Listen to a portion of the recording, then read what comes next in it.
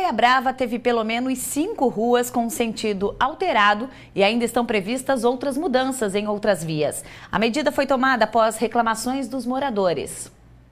Pelo menos 6 ruas do bairro Praia Brava agora estão com sentido único de direção. As mudanças já estão em vigor desde a última segunda-feira. A mudança foi necessária para diminuir o impacto que a substituição dos estacionamentos da orla da praia pelas ciclovias poderiam causar. Com as alterações, a intenção da Secretaria de Segurança Pública de Itajaí é diminuir os problemas com estacionamento e os congestionamentos durante a temporada de verão. De acordo com este morador, a falta de vagas para estacionar na própria rua onde mora já é constante. Ele teme que no período de férias o turismo possa agravar ainda mais o problema. Vamos ter problema aqui no estacionamento porque hoje em dia não se pode estacionar mais na praia. Então essas ruas ficam até na altura do meu prédio lá, fica congestionado, cheio de carro. Inclusive agora no final de semana tinha carro estacionado lá de lá. Você tinha uma passagem, quer dizer, se vem um carro em sentido contrário, você já tem que parar. Às vezes complica um pouco. As ruas que receberam alterações foram Rua Carola Coelho, Rua Doca Rebelo, Conselheiro Júlio Kuhn, Jucília Maria da Silva Miguel, Rua Paulo Batschauer e Rua Doutor Paulo Mussi. Agentes da Codetran estão nos locais para orientar os motoristas. Então, os motoristas precisam ficar atentos. E agora vamos saber como ficam o tempo e as temperaturas para as próximas horas em todo o estado. O dia começou com sol, mas tem chances de chuva em todas as regiões de Santa Catarina.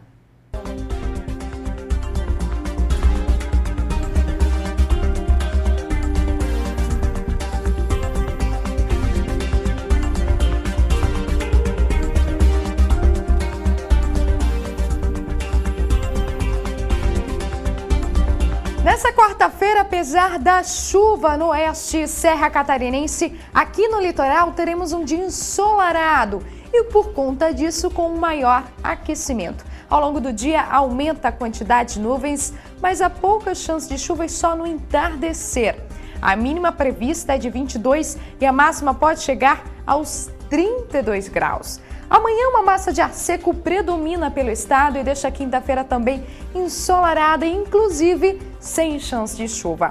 A mínima prevista é de 22 e a máxima também de 32 graus. Quanto ao tempo hoje, nas outras regiões do estado teremos chuva, principalmente no oeste serra catarinense.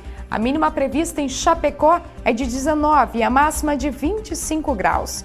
Em Lages, as temperaturas estão altas. A mínima prevista é de 18 e a máxima de 24 graus para esta quarta-feira. E o ano de 2014 foi um dos que mais registraram acidentes aéreos. 2 casos envolveram aeronaves da empresa Malaysia Airlines. Em março, um avião desapareceu quando voava e até agora não foi encontrado. Em julho, um Boeing 777 foi abatido no ar. A crise na Ucrânia e o conflito entre Israel e o Hamas também foram destaques.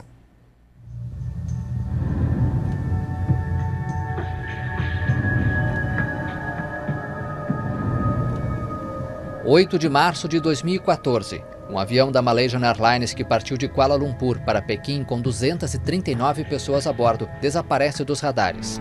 Era o começo de um dos mais misteriosos casos da aviação civil. Foram semanas de buscas que envolveram dezenas de equipes de vários países. Equipamentos de alta tecnologia foram usados para vasculhar o possível local da queda, uma área remota do Oceano Índico. Até agora, nada foi encontrado. Para desespero dos familiares, o caso permanece um mistério.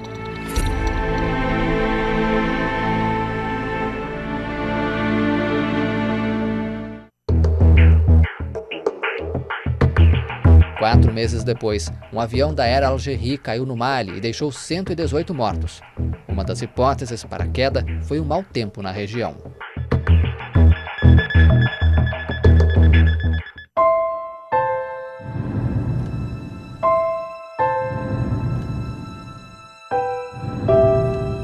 Também em julho, mais um grave acidente envolveu uma aeronave da Malaysia Airlines. Desta vez, um Boeing 777 que ia de Amsterdã para Kuala Lumpur foi abatido quando sobrevoava o leste da Ucrânia. Na tragédia morreram 298 pessoas. O avião levava pesquisadores que participariam da Conferência Mundial de AIDS em Melbourne, na Austrália. A queda matou alguns dos principais especialistas da doença no mundo. De acordo com o relatório preliminar feito pelo Gabinete de Investigação holandês para a Segurança, o Boeing explodiu no ar, provavelmente como resultado de um dano estrutural provocado por um grande número de projéteis. Segundo os investigadores, não há indícios de que a queda do voo MH17 tenha sido provocada por uma falha técnica. O governo ucraniano e vários países ocidentais acusaram os separatistas pró-Rússia de terem derrubado o avião com um míssil. Os rebeldes negaram ter esse tipo de equipamento militar.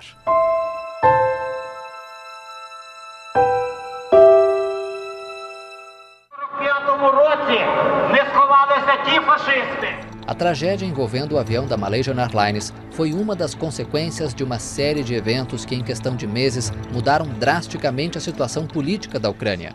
No começo do ano, as manifestações contra o governo de Viktor Yanukovych se alastraram por todo o país. Os protestos começaram no fim de 2013, depois que o governo preferiu se aproximar da Rússia e não da União Europeia. Em fevereiro, depois de violentos protestos entre manifestantes e policiais em Kiev, que deixaram mais de 100 mortos, Yanukovych renunciou. O parlamento ucraniano elegeu um político pró-Europa como novo primeiro-ministro. O que parecia o fim de uma grave crise foi apenas o começo da instabilidade. No mesmo dia, separatistas armados tomaram prédios do governo na Crimeia, a República Autônoma da Ucrânia. Além disso, em um referendo considerado ilegal pelos países ocidentais, a população local decidiu que o território seria anexado à Rússia. O presidente russo Vladimir Putin assinou um decreto reconhecendo a Crimeia como um estado soberano e independente. Como retaliação, os Estados Unidos e a União Europeia começaram a aplicar uma série de sanções a Moscou. A tensão alimentou a escalada da crise sem precedentes desde o fim da Guerra Fria.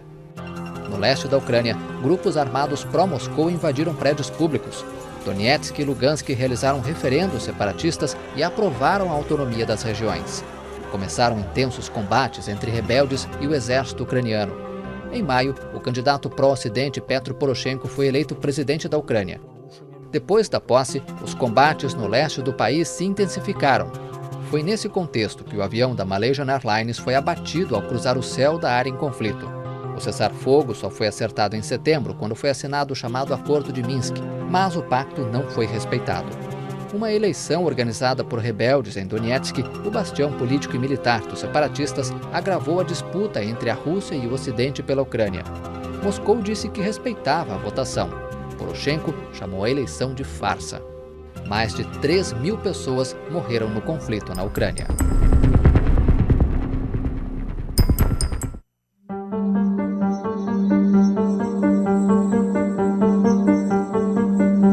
Em abril, uma tragédia no mar abalou a Coreia do Sul. Uma barca com 476 passageiros, a maioria estudantes do ensino médio, afundou e provocou a morte de 304 pessoas.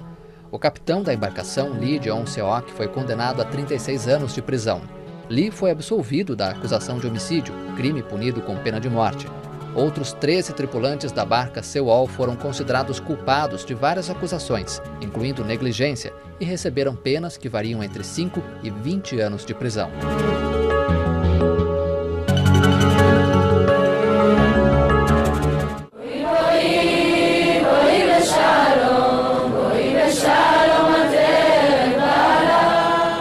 O rapto e a morte de 3 adolescentes em junho foram um estopim para o aumento da tensão entre palestinos e israelenses. O primeiro-ministro de Israel, Benjamin Netanyahu, acusou o movimento palestino Hamas pelos assassinatos. Dias depois, em um suposto ato de vingança, um jovem muçulmano foi queimado vivo em Jerusalém. A escalada da violência entre o Hamas, que controla a faixa de Gaza, e Israel levou a um grave conflito e deixou milhares de mortos. Os radicais islâmicos aumentaram os ataques com foguetes contra cidades israelenses. As forças armadas do Estado judeu intensificaram os bombardeios. Em julho, o exército de Israel decidiu fazer uma operação terrestre em Gaza para destruir a rede de túneis do Hamas e o poder de fogo do grupo. No lado palestino, morreram mais de 2.100 pessoas, a maioria civil. O conflito provocou a morte de 68 israelenses, a maioria soldados. Em quase 2 meses de ataques, inocentes se tornaram alvo. O mundo ficou indignado com o bombardeio de escolas das Nações Unidas que mataram centenas de mulheres e crianças. Em fins de agosto, sob pressão internacional, os dois lados concordaram com um cessar-fogo permanente. Para milhares de moradores de Gaza que sofrem com a pobreza, a falta de trabalho e com a escassez de produtos, resta tentar retomar a vida normal. Em Israel, os ataques continuaram. Pedestres foram atropelados deliberadamente por palestinos. Em uma sinagoga, 5 judeus foram mortos depois que 2 homens ligados ao Hamas invadiram o local armados com machados, facas e uma pistola. Em Jerusalém, distúrbios se tornaram frequentes depois que o governo limitou o acesso à esplanada das mesquitas, local sagrado do Islã que também é venerado por seguidores do judaísmo. Os muçulmanos temem que Israel autorize os judeus a rezar no local, o que não é permitido até o momento.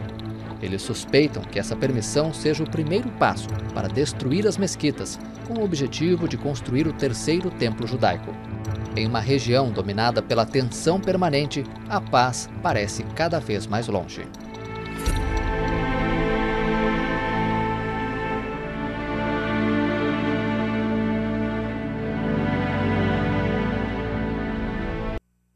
A gente vai para mais um rápido intervalo e na sequência voltamos com as últimas notícias registradas em Itajaí, região e pelo estado.